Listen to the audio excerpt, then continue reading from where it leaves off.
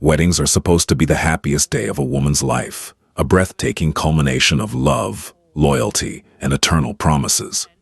But what happens when the man you are about to marry stops the ceremony just to orchestrate your absolute destruction in front of 500 high society guests? For Charlie Reyes, a devastating, calculated betrayal at the altar turned her fairy tale dream into a living, breathing nightmare. Yet, destiny has a funny way of dealing its cards, and a hidden royal prince was waiting quietly in the shadows, ready to step up and rewrite her story forever. Sunlight filtered through the magnificent, centuries-old stained glass of St. Jude's Cathedral, casting kaleidoscopic prisms of crimson and gold across the polished marble floors. The air was thick with the intoxicating, expensive scent of 10,000 white orchids and gardenias, flown in directly from the French Riviera.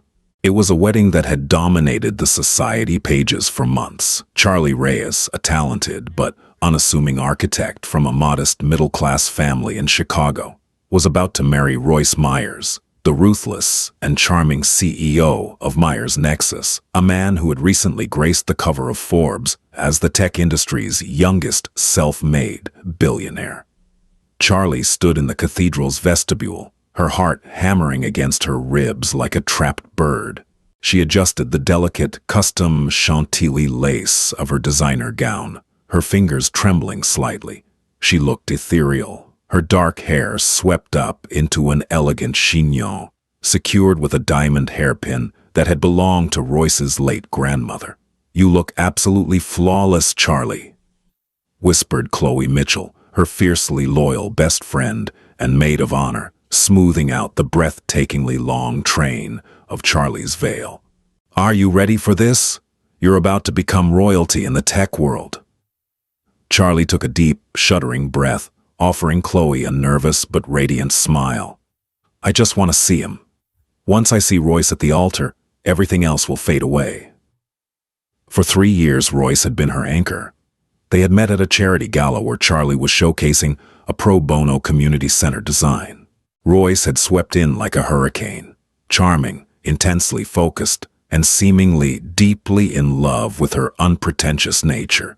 He told her she grounded him, that in a world of sharks, she was his safe harbor. She had believed every single word. The heavy oak doors creaked open, and the opening chords of Pachelbel's canon echoed from the massive pipe organ, reverberating through the cavernous space. The congregation stood in unison. 500 faces turned toward the entrance. Charlie tightened her grip on her father's arm.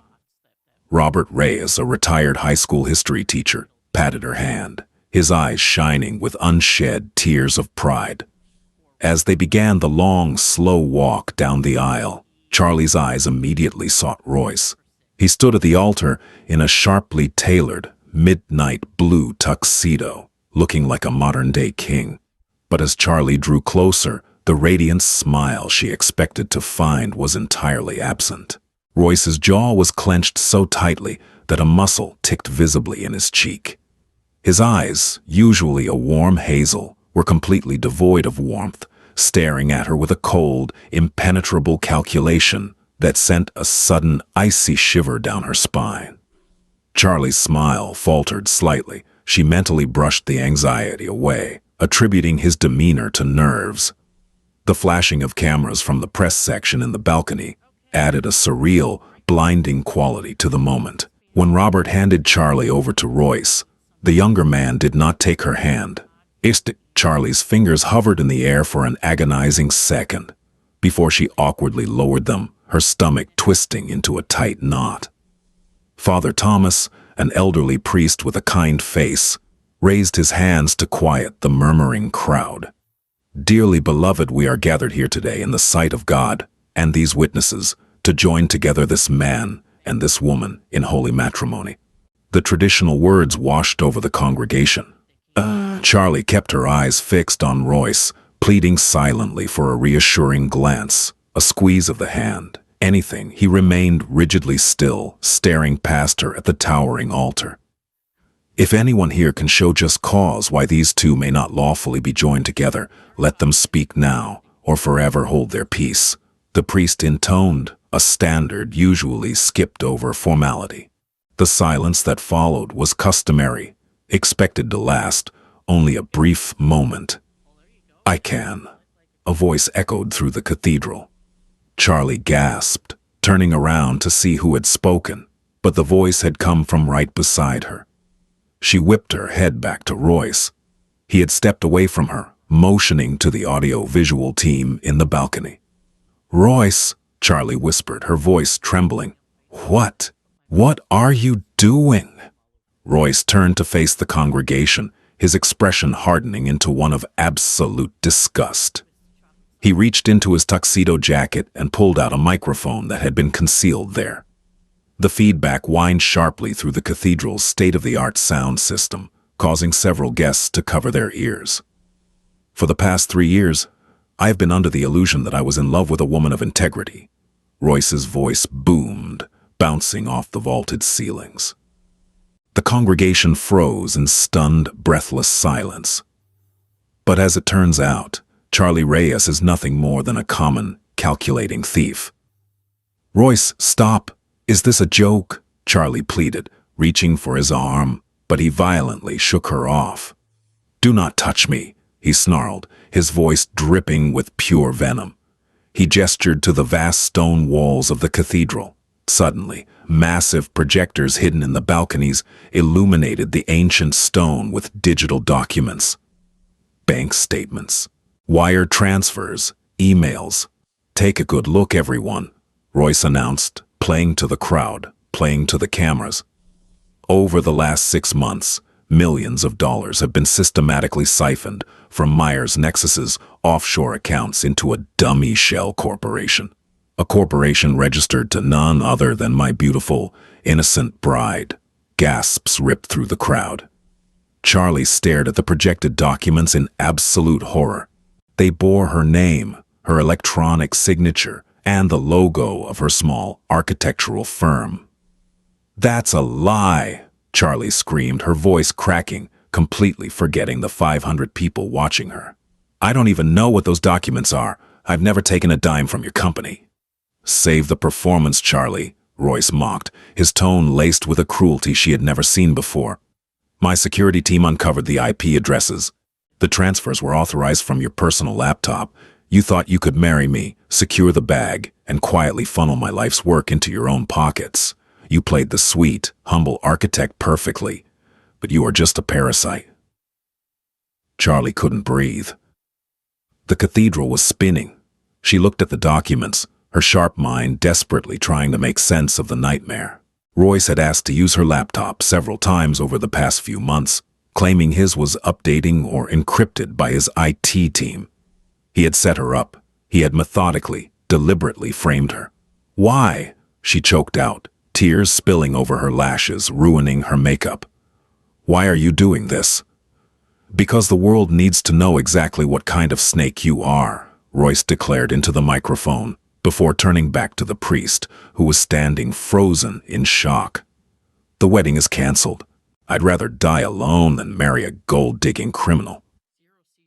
Silence is rarely absolute, especially in a room containing 500 of the wealthiest, most powerful people in the country. But for 10 agonizing seconds after Royce Myers dropped the microphone onto the marble floor with a resounding clatter, St. Jude's Cathedral was silent as a tomb. Then the dam broke. Chaos erupted.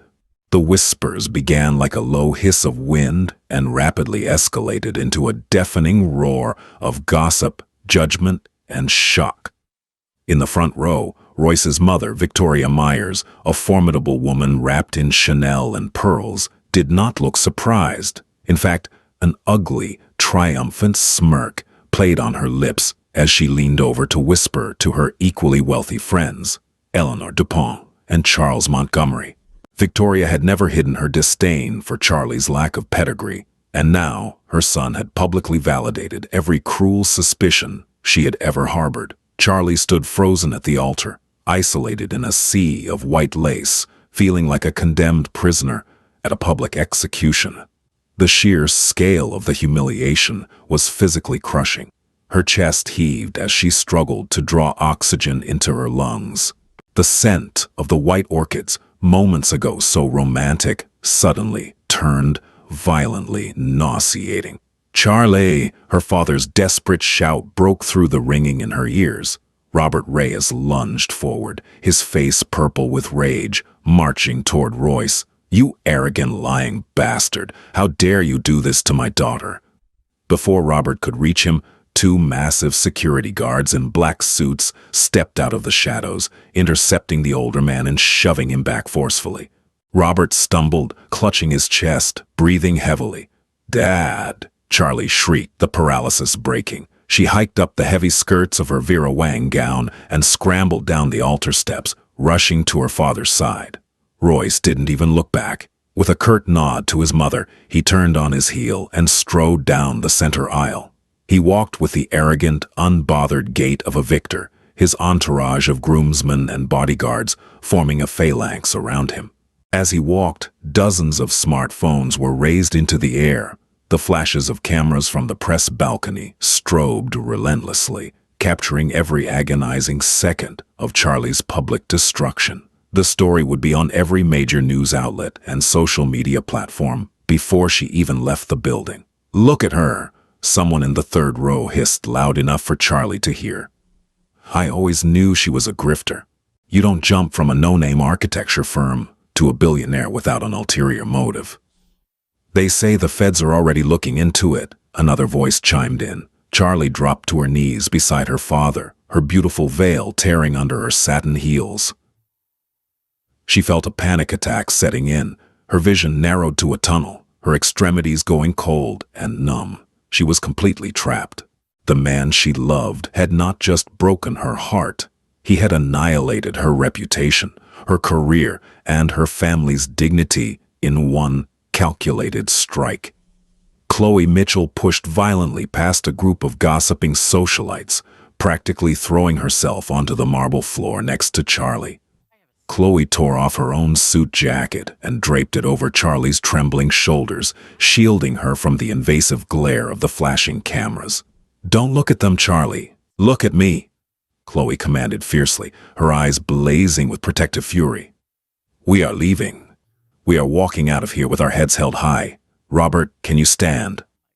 Robert nodded shakily, leaning heavily on Chloe's arm. Charlie tried to stand, but her legs felt like lead. The whispers of the crowd felt like physical blows. She looked up at the towering stained glass window, depicting the saints, feeling utterly abandoned by God and humanity alike. She knew the truth now. The rumors in the financial sector had been swirling for weeks. Myers Nexus was bleeding money, facing a massive secret SEC investigation for fraudulent accounting and embezzlement. Royce hadn't canceled the wedding because he thought she was a thief. He had canceled the wedding and framed her in front of the press to create the ultimate distraction. Charlie was the perfect, naive scapegoat. When the SEC came knocking, Royce would point the finger at the bitter, gold-digging ex-fiancée who had stolen his money and broken his heart. The brilliance of his cruelty was paralyzing. He had used her love as a weapon to save his own empire. "Someone get them out of here, it's pathetic." Victoria Myers' sharp voice cut through the clamor. She stood up, adjusting her silk wrap. "The show is over, everyone. The Myers family apologizes for this unpleasant interruption." The sheer audacity of the woman made Charlie's blood boil. But she had no voice left to scream. She let Chloe pull her to her feet, her beautiful dress dragging heavily against the floor like a shroud. The walk back down the aisle seemed infinitely longer than the walk up. The guests didn't look away. They stared, their eyes filled with a mixture of pity, disgust, and morbid fascination. Charlie closed her eyes, wishing for the floor to open up and swallow her whole. She just needed to get to the doors. She just needed to escape into the blinding light of the afternoon and disappear forever.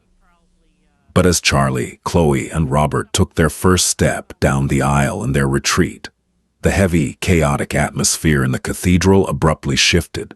The frantic whispering faltered, then died away entirely. A figure had stepped out from the shadows of the penultimate row, moving directly into the center of the aisle, blocking their path to the exit. Arjun Barnes despised weddings. He found them to be ostentatious, theatrical displays of false promises, particularly among the American newly rich. He had only attended this specific circus at St. Jude's Cathedral out of grim necessity. To the 500 guests in the room, Arjun was virtually unrecognizable. He did not court the press. He did not possess a public Instagram account. And his wealth was so old and heavily fortified by centuries of discretion that he rarely appeared on any modern rich lists. He was Prince Arjun of the House of Barnes, a direct descendant of a sovereign European bloodline that held deep, unshakable roots in the British aristocracy. The Barnes Crown estate possessed a quiet, terrifying level of global influence, controlling vast swathes of international real estate, banking, and technology investments. Arjun was here because his private auditors had been tracking Royce Myers for 8 months.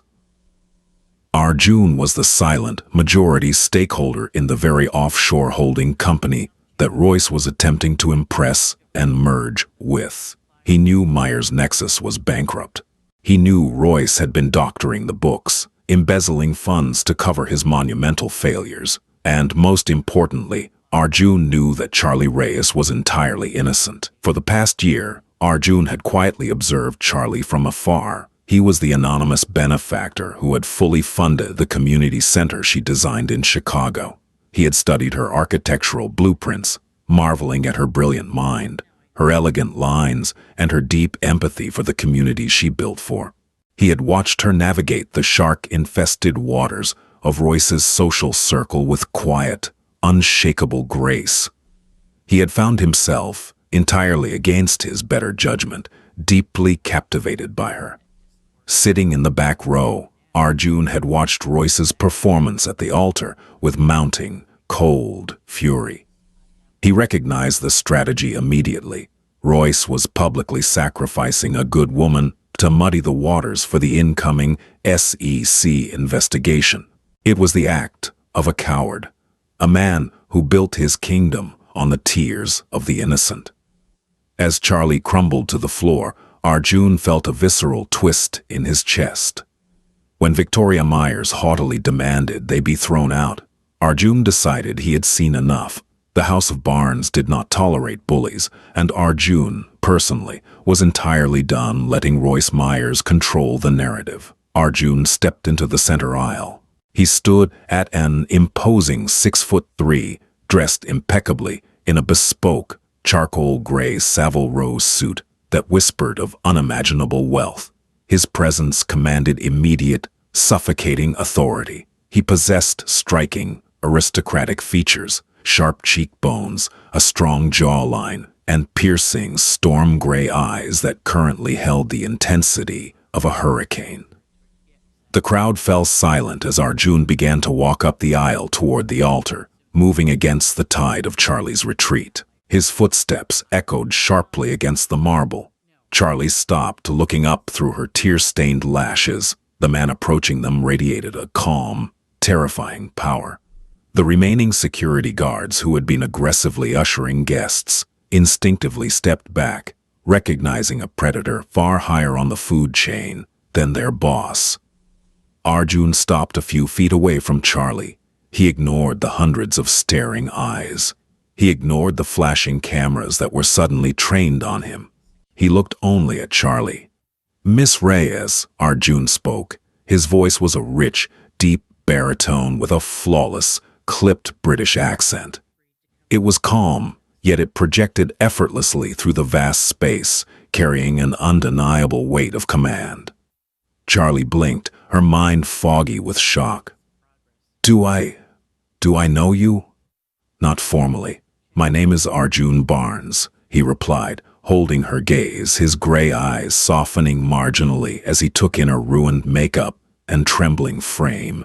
A collective gasp echoed from the older, more established socialites in the front rows. Eleanor DuPont dropped her silk fan. Barnes, a wealthy hedge fund manager, hissed in the front row, as in, the Royal Barnes, the Crown Estate. What the hell is a royal doing here? Arjun ignored the whispers. He took a deliberate step closer to Charlie. It appears your groom has unexpectedly vacated his position, Miss Reyes, and he has done so with a remarkable lack of courage and a pathetic abundance of lies. Arjun turned slightly, ensuring his voice carried to the microphones still active near the altar.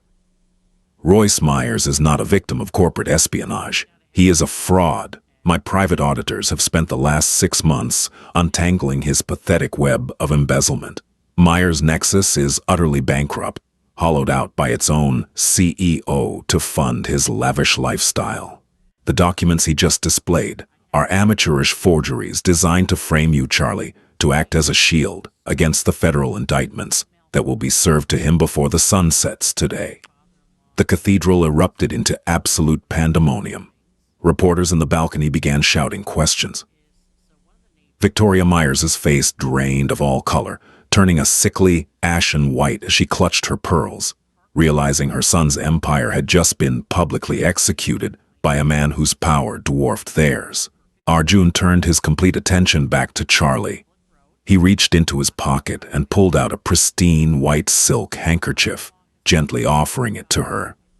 Charlie took it with a shaking hand, her brilliant mind slowly piecing together what was happening. This stranger, this supposed royal, had just completely dismantled Royce's lie in front of the world. "Why are you doing this?" Charlie whispered, her voice raw. "Because I despise cowards," Arjun stated simply, "and because I have admired your work and your character for quite some time. You do not deserve to be the collateral damage of a weak man's failing empire." Arjun extended his hand toward her. It was a large, strong hand, steady and completely assured. "Miss Reyes," Arjun said, his voice dropping slightly in volume, meant only for her, though the silence in their immediate vicinity was profound. "You walked down this aisle today intending to make a vow. You came here to forge a partnership. I propose a different arrangement, one that will restore your family's dignity, protect your firm, and guarantee that Royce Myers spends the rest of his miserable life looking up at you from the dirt." Charlie stared at his hand. Her heart, previously shattered into a million pieces, sparked with a sudden, unfamiliar heat. It wasn't love, it was survival. It was a burning, desperate need for justice. "What are you saying?" she breathed. Arjun's lips curved into the faintest, most dangerous ghost of a smile. "I am saying, Charlie Reyes, that I am in need of a bride. Marry me. Walk out of these doors as royalty, and let us show Mr. Myers what real power looks like." Staring at the outstretched hand of Prince Arjun Barnes, Charlie felt the axis of her entire world shift. The sheer absurdity of the moment clashed violently with the cold, hard logic racing through her mind. 5 minutes ago she was a condemned woman, publicly branded a thief by the man she loved.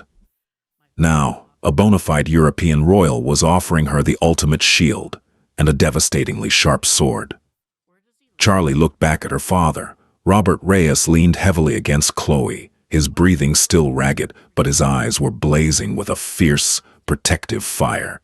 He gave Charlie a single, decisive nod.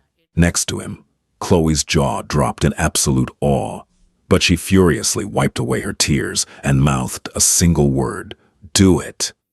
Charlie turned her attention back to Arjun. His storm-gray eyes were entirely steady, offering neither pity nor pressure, only a formidable, unyielding sanctuary. He was offering her a business transaction, masquerading as a fairy tale, a strategic alliance forged in the fires of her humiliation. "If I do this," Charlie whispered, her voice barely audible over the chaotic din of the cathedral, "Royce loses everything?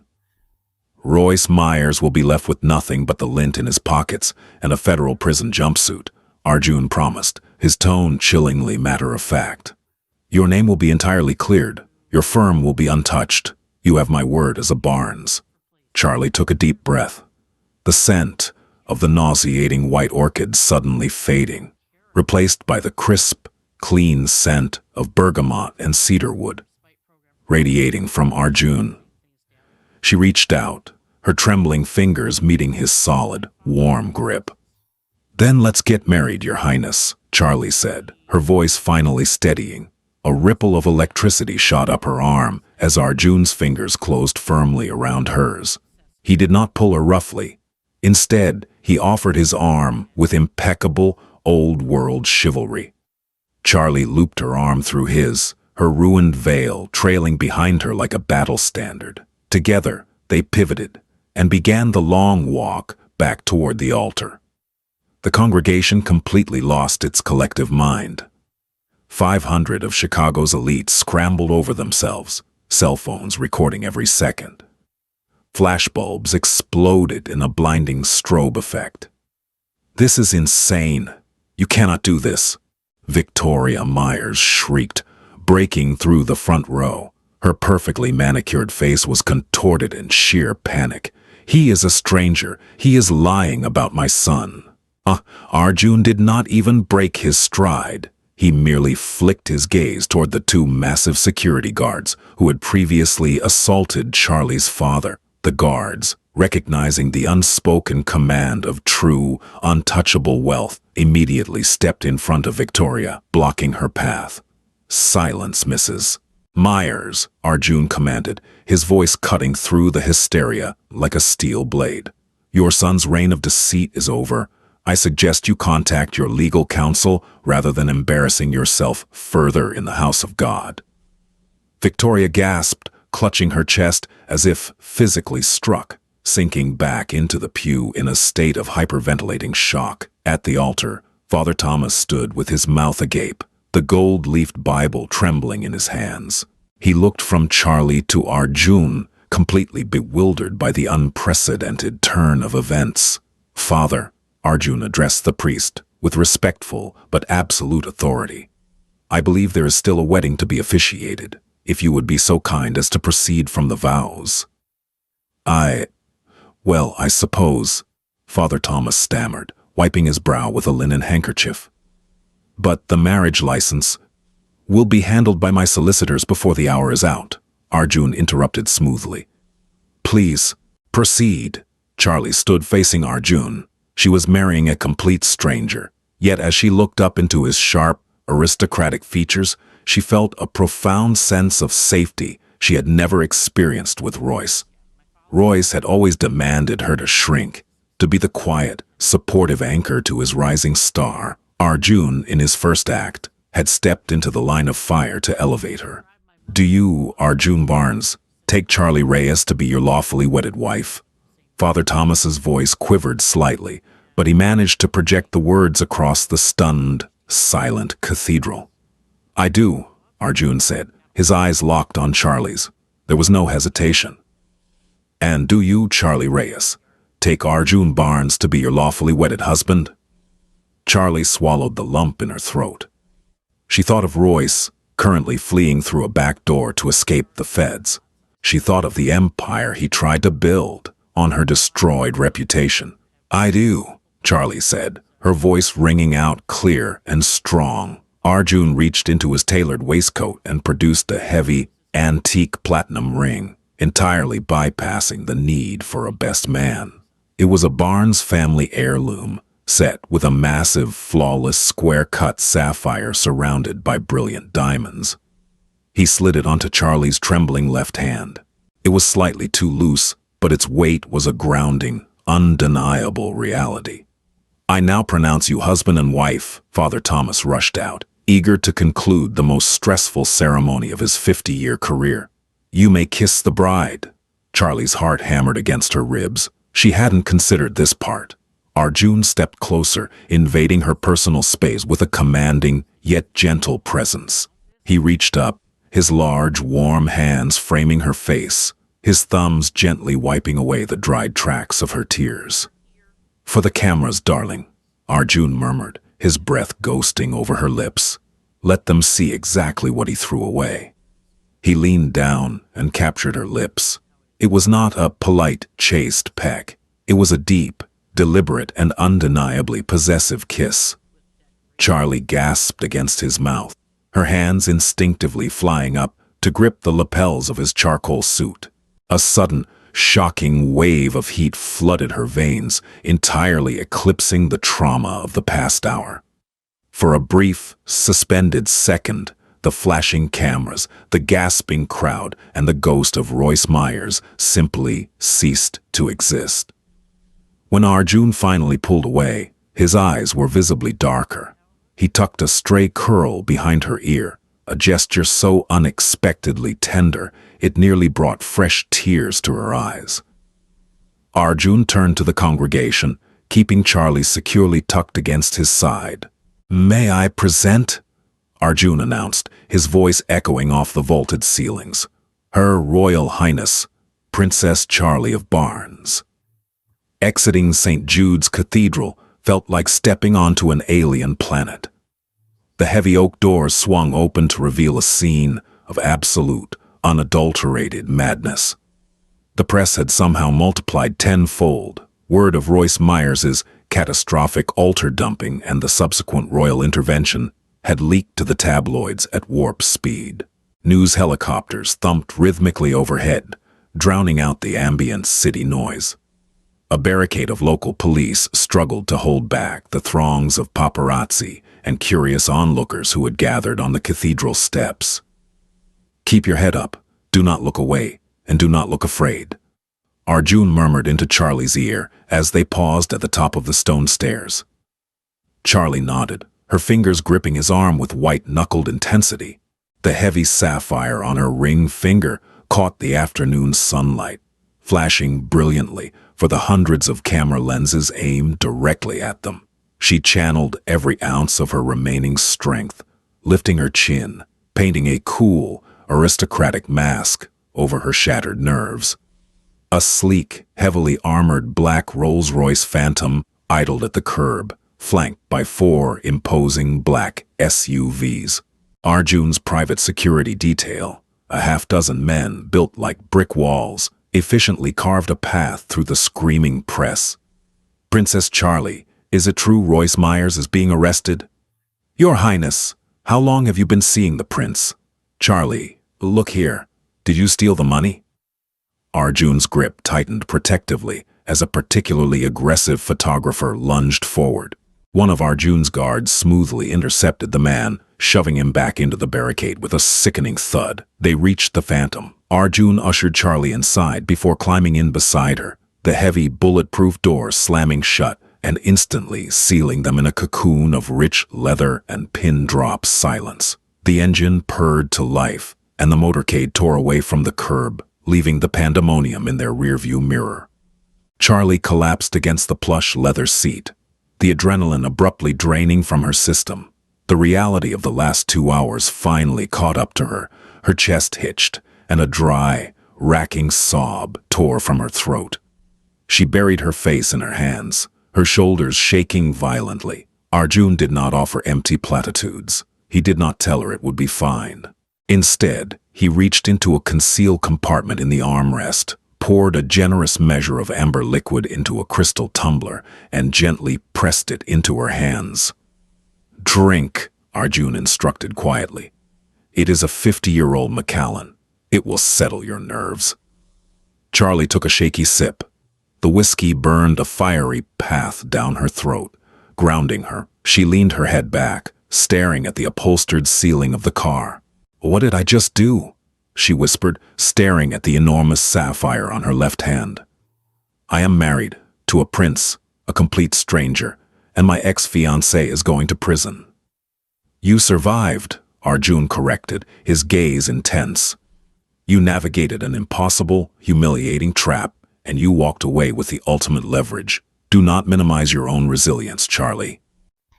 You said Myers' Nexus is bankrupt," Charlie said, sitting up, her architectural mind craving logical facts to replace the emotional chaos.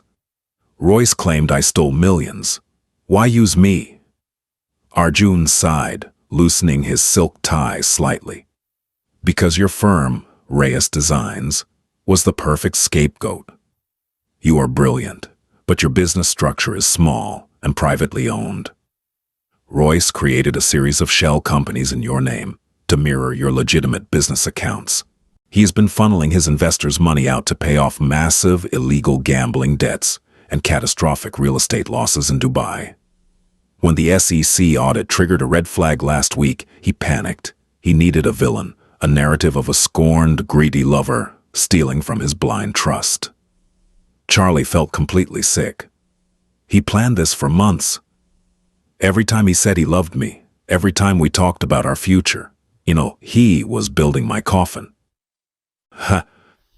Sociopaths rarely feel remorse, Charlie, Arjun noted grimly. But I assure you, by tomorrow morning, the federal authorities will raid his offices. The forged documents he displayed today are already being dismantled by my cybersecurity teams. Your reputation will be completely exonerated. The motorcade bypassed Charlie's modest apartment entirely, gliding into the underground private garage of the Langham, a 5-star luxury hotel, where Arjun had apparently commandeered the entire penthouse floor. They rode the private elevator in silence. When the doors parted, Charlie stepped into a sprawling, opulent suite that offered a panoramic, breathtaking view of the Chicago skyline. Chloe and Robert were already there, sitting on a velvet sofa, looking entirely shell-shocked. "Dad!" Charlie cried, abandoning her heavy silk skirts and rushing across the room to throw her arms around her father.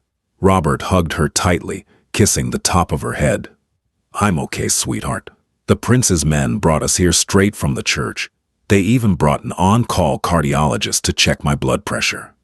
Chloe stood up, holding a glass of champagne.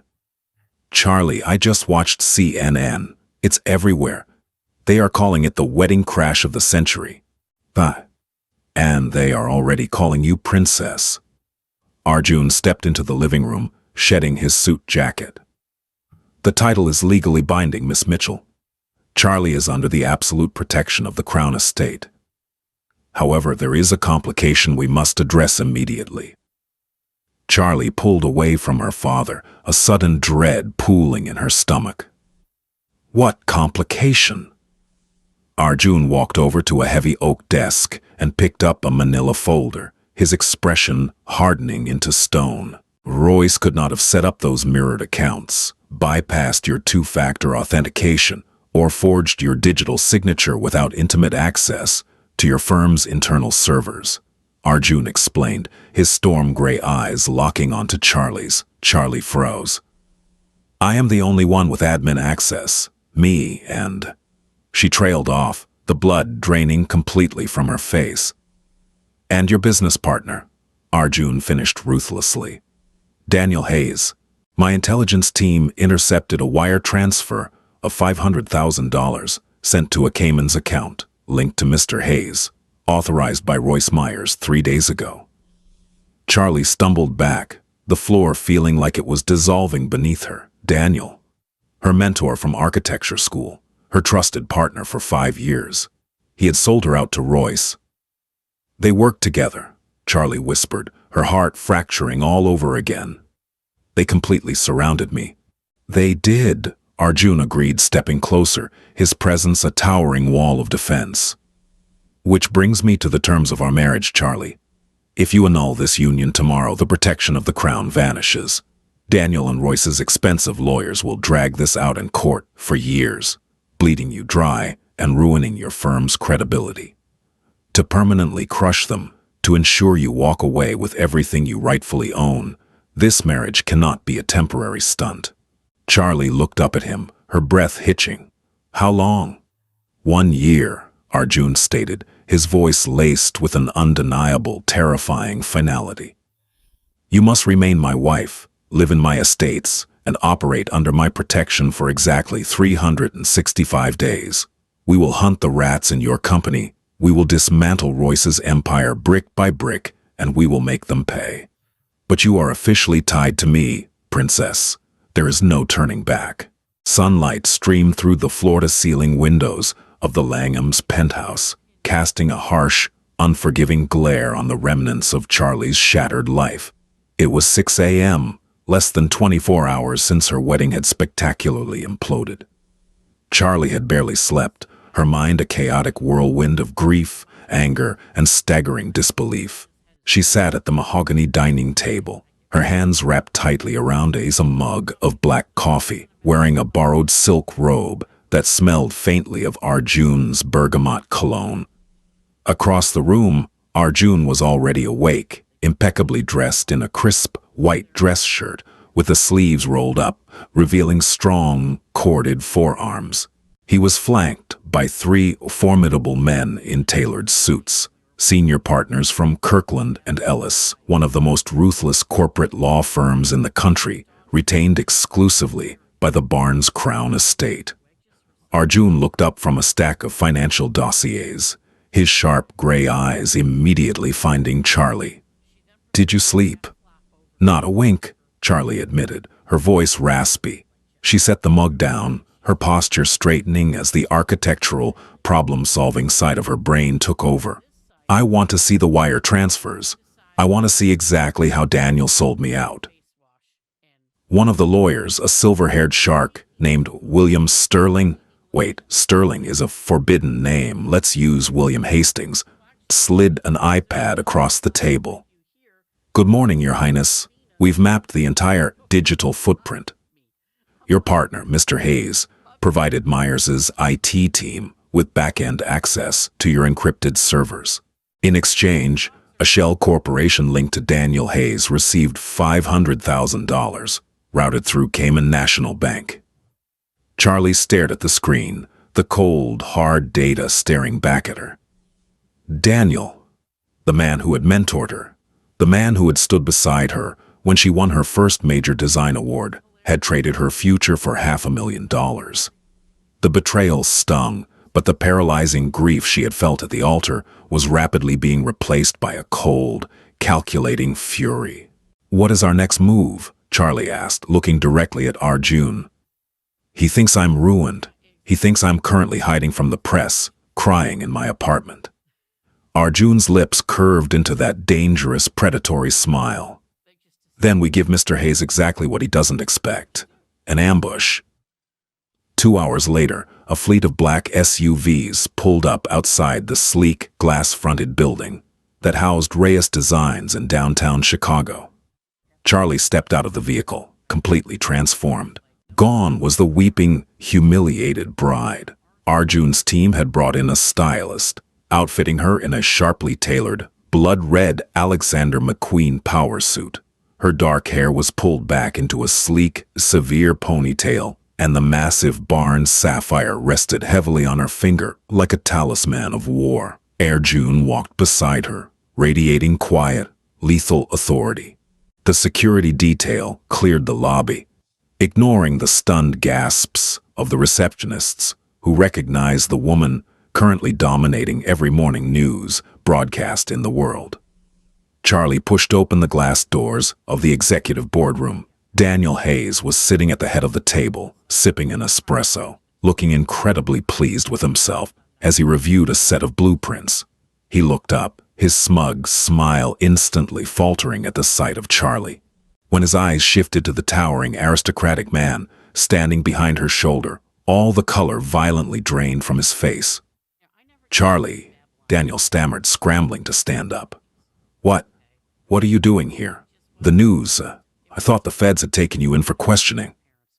"Sit down, Daniel," Charlie commanded, her voice cracking like a whip. Daniel swallowed hard, dropping back into his leather chair. He looked at Arjun, sheer terror dawning in his eyes as he recognized the prince from the viral cathedral videos. "Allow me to introduce my husband, Prince Arjun of Barnes," Charlie said, her tone devoid of any emotion.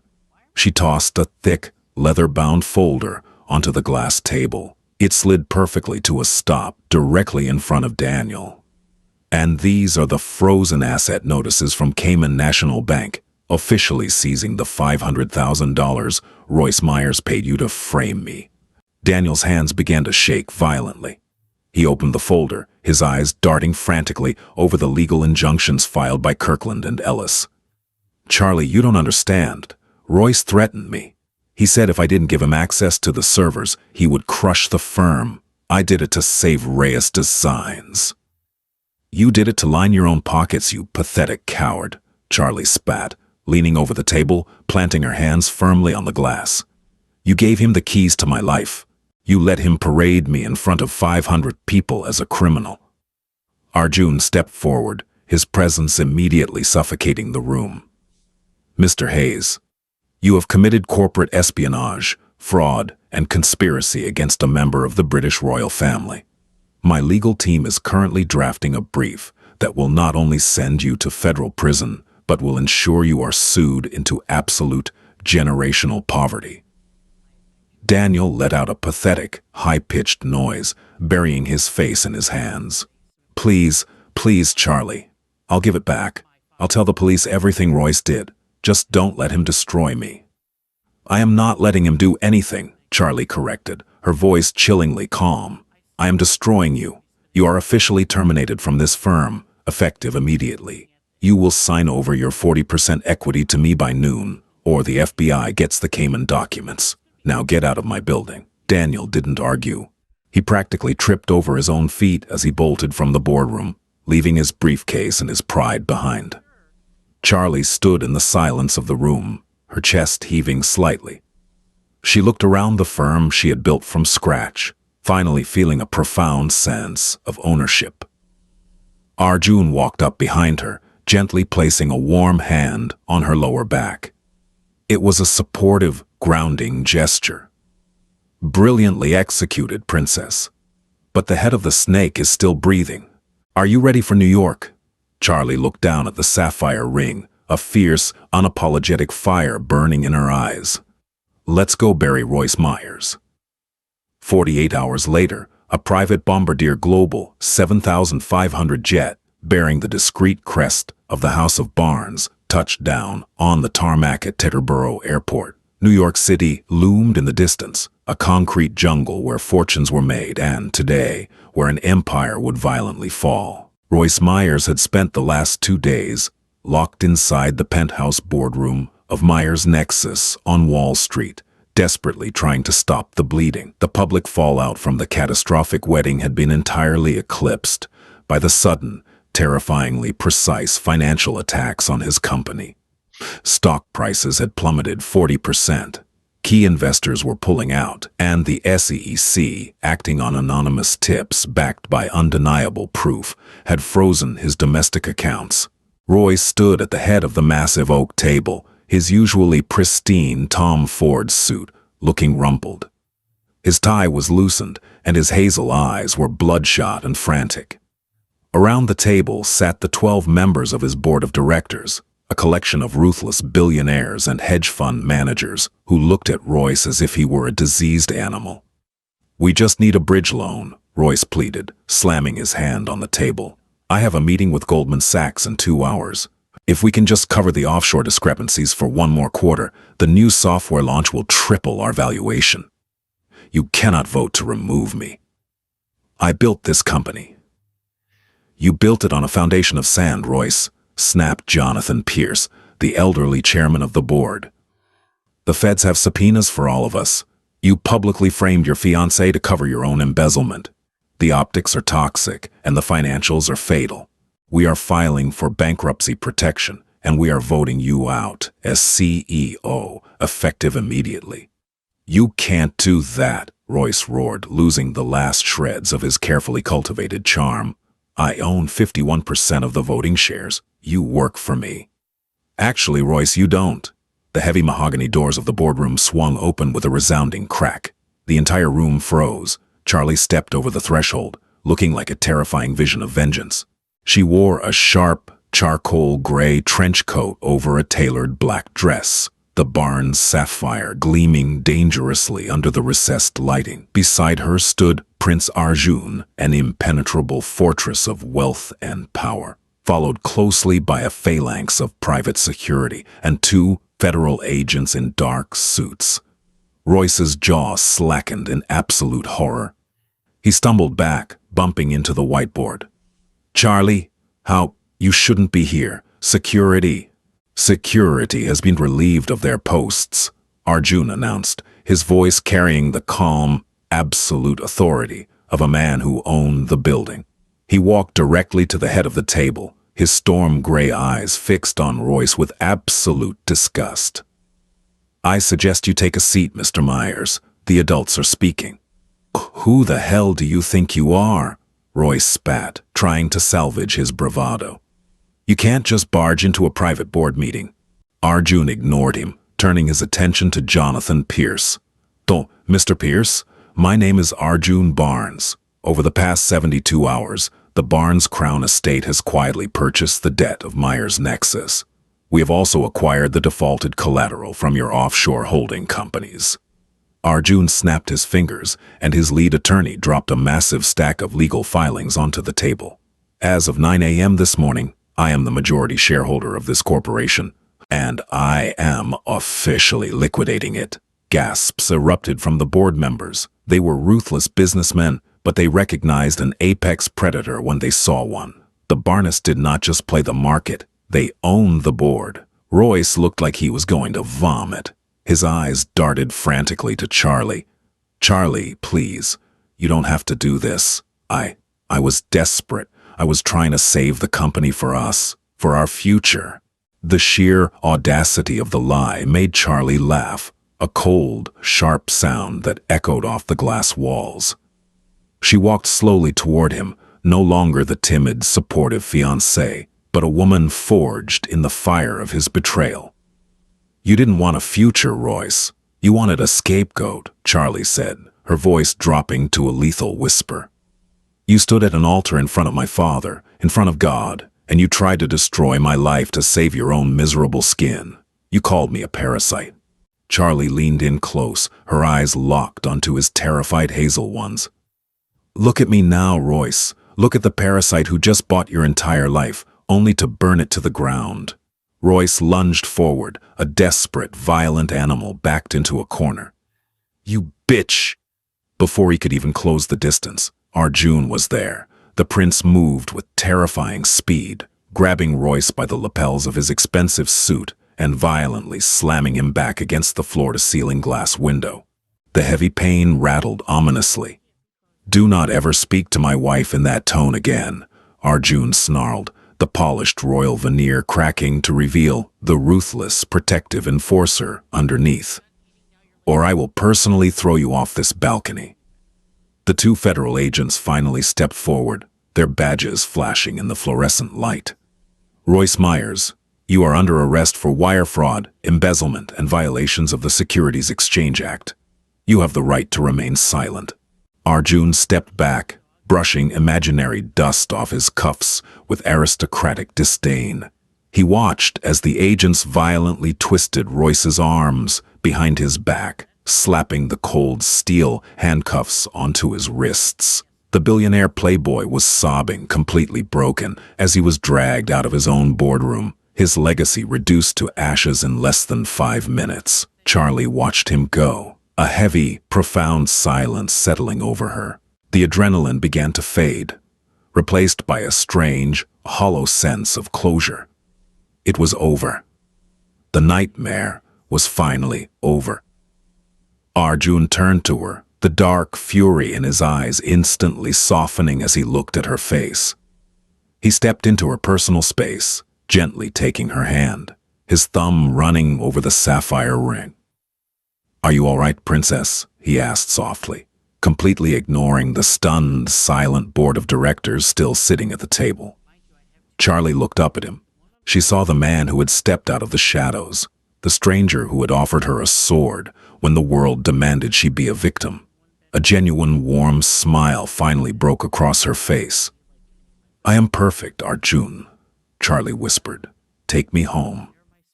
Part 8. The Weight of the Crown.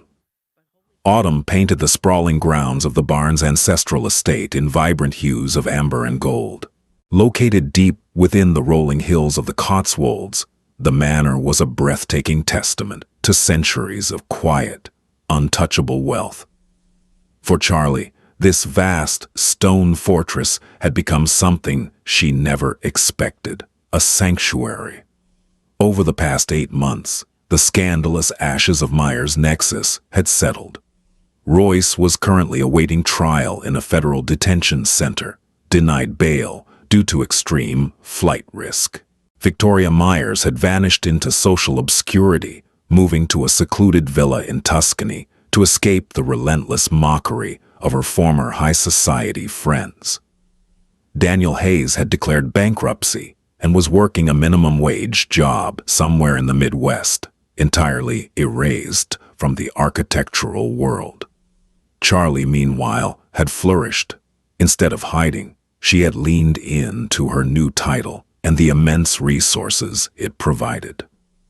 Reyes Designs was now an international powerhouse. In fact, she was currently sitting in the estate's sunlit conservatory, drafting blueprints for a massive, sustainable cultural center in central London, a joint venture personally requested by the legendary British architect, Lord Norman Foster. Working alongside Norman Foster had grounded her, reminding her of her true passion and proving that her talent was entirely her own, untouched by Royce's deceit. Yet, despite her professional triumphs, the most significant shift in Charlie's life was entirely personal. Arjun was a revelation. He was not the cold, calculating royal he portrayed to the media. But behind closed doors, he was fiercely protective, unexpectedly witty, and deeply attentive. They shared late-night dinners in the Manor's grand library, debating philosophy, architecture, and global politics over vintage Bordeaux. He never pushed her boundaries, always respecting the strict, one-year legal perimeter of their arrangement. But the air between them had grown thick with an undeniable electric tension. Footsteps echoed on the marble floor of the conservatory. Charlie looked up from her drafting table to see Arjun walking toward her. He had just returned from a week-long business trip in Geneva, dressed in a tailored navy suit that accentuated his broad shoulders. "I trust Lord Foster is pleased with the latest revisions?" Arjun asked, his storm-gray eyes immediately finding hers, softening in a way they only ever did for her. "He called them audacious, but entirely necessary," Charlie smiled, setting down her stylus. "Which I'm taking as a massive compliment. How is Geneva?" "Tedious. The banking sector lacks your creative flair," Arjun replied, coming to stand beside her chair. He looked down at the blueprints, but his proximity sent a familiar, thrilling shiver down Charlie's spine. He smelled of crisp mountain air and bergamot. "Arjun, there is something we need to discuss," Charlie began, her heart beating a little faster. "The press, they are starting to ask questions about the anniversary." Their one-year anniversary was exactly 1 month away. The media was already speculating about grand galas and royal celebrations, completely unaware that, technically, a legal annulment was scheduled to be filed on that exact date. Arjun's jaw tightened marginally. "My public relations team can handle the press, Charlie. You do not need to concern yourself with tabloid gossip." "It isn't just the press," a sharp, unwelcome voice interrupted. Arjun and Charlie turned toward the entrance of the conservatory. Standing there, flanked by 2 immensely uncomfortable-looking estate security guards, was Victoria Myers. She looked gaunt, her designer clothes hanging loosely on her frame, her eyes burning with a venomous, desperate hatred. "How did she get past the main gate?" Arjun demanded, his voice instantly dropping to a lethal, icy register. "She blocked the access road with her vehicle, Your Highness. We were attempting to escort her off the premises, but she claimed to have documents concerning the princess," one of the guards stammered. "I know the truth," Victoria hissed, taking a step forward before the guards yanked her back. "I paid a private investigator. I know this marriage is a sham. A business transaction designed to destroy my son. I have the preliminary draft of your prenuptial agreement, Barnes. If you don't drop the civil suits against my family's remaining assets, I will take this to the press tomorrow. I will tell the world that Princess Charlie is nothing but a hired mercenary." Charlie felt a momentary spike of anxiety, but it vanished almost instantly. She wasn't the terrified girl at the altar anymore, Arjun didn't even blink. He slowly stepped in front of Charlie, a human shield of aristocratic fury. "Oh, Victoria, you are trespassing on sovereign estate property, and your private investigator is currently in police custody for attempting to hack an encrypted royal server, a federal offense under the Official Secrets Act." Victoria's face drained of color. You're bluffing." "I never bluff," Arjun stated softly, a terrifying promise in his tone. Release those fabricated documents to whichever gutter tabloid you choose. My lawyers will simply bankrupt the publication, and you will join your son in a federal cell for extortion and treason. You have nothing. You are nothing. Remove her from my sight." The guards practically dragged the screaming, thrashing woman out of the conservatory. Silence descended upon the room once more, heavy and absolute. Charlie stared at Arjun's rigid back. He had protected her, again, without a second thought, without a single hesitation. "Arjun," Charlie whispered, stepping closer, reaching out to gently touch his arm. He turned around, the lethal coldness in his eyes melting away the second he looked at her. He reached up, his large hand cupping her cheek, his thumb brushing against her jawline. "I will never let them touch you," he murmured, his voice thick with an emotion that went far beyond legal duty or vengeance. "Never." Charlie looked up into his eyes, the realization hitting her with the force of a freight train. She wasn't just surviving anymore, and this wasn't just an arrangement. She was hopelessly, irrevocably in love with her husband. Time, as they say, is the ultimate crucible. It burns away the trivial and reveals the absolute truth beneath. Exactly 365 days after the disastrous, chaotic ceremony at St. Jude's Cathedral, the sun rose over the Chicago skyline, casting a brilliant golden light into the penthouse of the Langham. It was the exact suite where Arjun and Charlie had formulated their ruthless counterattack 1 year ago. Charlie stood by the floor-to-ceiling windows, wearing a simple, elegant, white silk dress. The massive Barnes sapphire felt entirely natural on her left hand now, a permanent part of her identity. Today was the day. The contract was fulfilled. Royce Myers was officially serving a 20-year sentence in federal prison, his empire completely dissolved and absorbed. Reyes Designs had tripled its net worth. The mission was a resounding, flawless success. Footsteps approached from behind. Charlie turned to see Arjun walking into the living room. He looked as breathtakingly handsome as the day he stepped out of the shadows, dressed in a sharp charcoal suit, holding a manila folder in his right hand. For the first time since she had known him, Arjun looked genuinely hesitant. The usual mask of impenetrable confidence had slipped, revealing a raw, profound vulnerability that made Charlie's breath catch in her throat. He stopped a few feet away, holding out the folder. "The annulment papers," Arjun said, his rich baritone voice unusually quiet. "Signed by my legal counsel. You only need to sign on the last page. Your firm remains entirely yours. The trust funds established in your name are fully vested. You are free, Charlie." "Exactly as we agreed."